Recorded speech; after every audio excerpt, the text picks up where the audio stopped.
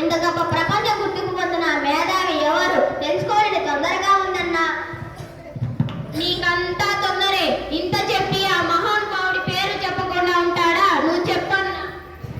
చెబుతాను, వినండి. విద్యార్థులారా మీరు కూడా వినండి. పేరు పొందిన మేధావి పేరు శ్రీనివాస రామానుజన్.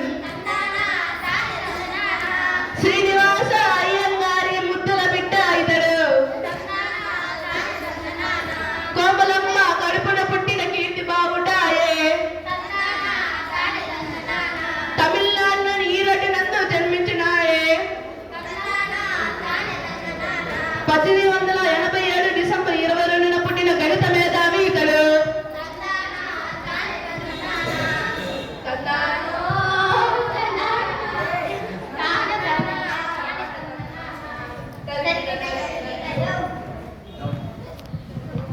అన్నా, గణిత మేధావి అంటే ఏమిటన్నా?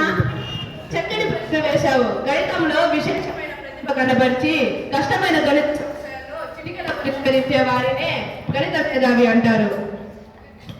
అలా అలా ఇట్లే మాయం చేస్తారన్నమాట. అవును తమ్ముడు, ఆ మేధావి ప్రపంచ ప్రఖ్యాతిగాచిన మహామేధావులకు ఎవరికి సాధ్యం కాని లెక్కల సమస్యలను ఇట్టే పరిష్కరించే తెలివిగలవాడు. అన్నా, ఆయనకు గణితంపై గల సామర్థ్యాన్ని గురించి తెలుసుకోవాలనుంది, చెప్పన్నా. చెబుతాను, వినండి. త్రికోణమితిని వంట పట్టించుకొనెను. సొంత సిద్ధాంతాలు రూపొందించడు. చిన్నప్పుడే గురువుల వద్ద దర్శను. లెక్కల అంత చిక్కని లెక్కల చిక్కులు. ముక్కలలో చుక్కలలో తేలెను. మ్యాజిక్ నెంబర్లతో ఆటలాడెను. లాజిక్ గణితం చేసెను. భారతదేశపు ఆణిముత్యము. గణిత లోకానికి కాంతి పుంజము.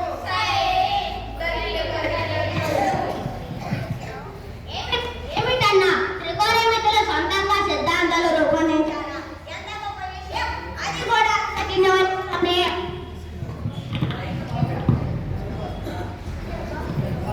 అందరూ నీలాగే ఉంటారా? నీకు లెక్కల్లో ఓనమాలు కూడా రావు కదా? లెక్కల్లో ఓనమాలు ఎందుకంటే నేర్పించి కానీ 1, 2, 3 అని నెంబర్లు ఉంటాయి. ఆ మాత్రం తెలియదా? అరే ఆపండ్రా మీ గొడవ. అన్నా, నాకు ఒక సందేహం. చెప్పు. ఎప్పుడు నీకు డబ్బులే కదా, అడుగు. ఏమీ లేదన్నా. రామానుజన్ గారు ఇంత గొప్ప మేధావి కాగలిగారంటే ఆయన తల్లిదండ్రులు ఆయన పెద్ద పెద్ద బడుల్లో బాగా డబ్బులు పోసి చదివించారా? అందుకే ఆయన అంత గొప్ప మేధావి కాగలిగారా? అవునన్నా, శ్రీనివాస రామానుజన్ గారిది ధనవంతుల కుటుంబమా? తెలుసుకోవాలని తొందరగా ఉందన్నా. చెబుతాను, వినండి. శ్రీనివాస్ రామానుజన్ తండ్రి గారు గుమస్త పని చేయుచుండరా. ఆయన తల్లి కోమలమ్మ గుడిలో పాటలు పాడుతుండరా. బాల్యంలోనే అనారోగ్యంతో అతను బాధపడుతుండేరా. పేదరికమే పులిలా మారి ఆమె దారిని వెంబడించరా. ఎన్నో రోజులు కన్నీళ్లతోనే కడుపు నింపుకొనరా. గంటల తరబడి ఒంటరిగానే లెక్కలు చేసేవాడురా. వీధిలో ఆడే పిల్లలనైనా పొట్టలు అరిచే పేదలనైనా లెక్క చేయలేదురా. లెక్కల మీద లెక్కలేనంత మక్కువ చూపెను కదరా. తరిగినట్టు అబ్బో, అంత ఒక కొడుకుని కన్నా తల్లిదండ్రులు ఎంత అదృష్టవంతులో కదా. ఎంత గొప్పవారు ఉంటే సాంప్రదాయాలు పురాణాలు తెలుపుతూ భక్తి గీతాలు నేర్పించేవారు. అందుకే ఆయన గొప్ప వ్యక్తిగా కూడా ఎదుగుగలిగాడు.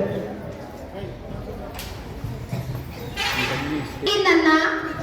1920 ఏప్రిల్ 26న తన 33 సంవత్సరాల వయసులో అనారోగ్యంతో పోరాడి అలసిపోయి కీర్తిశేషులు అయ్యారు.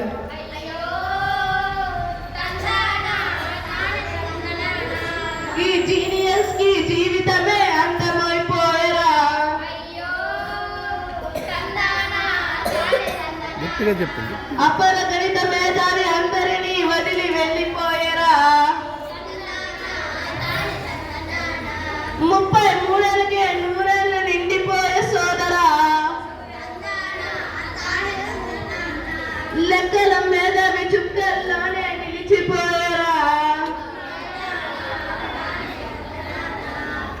తందాను తన్నాను తందానా తందానా గణిత మేధావి ఆత్మకు శాంతి చేకూరాలని ఇక్కడున్న ఒక్కొక్క విద్యార్థి ఒక్కొక్క మేధావి కావాలని ఆకర్షిస్తూ సెలవు తీసుకున్నాం.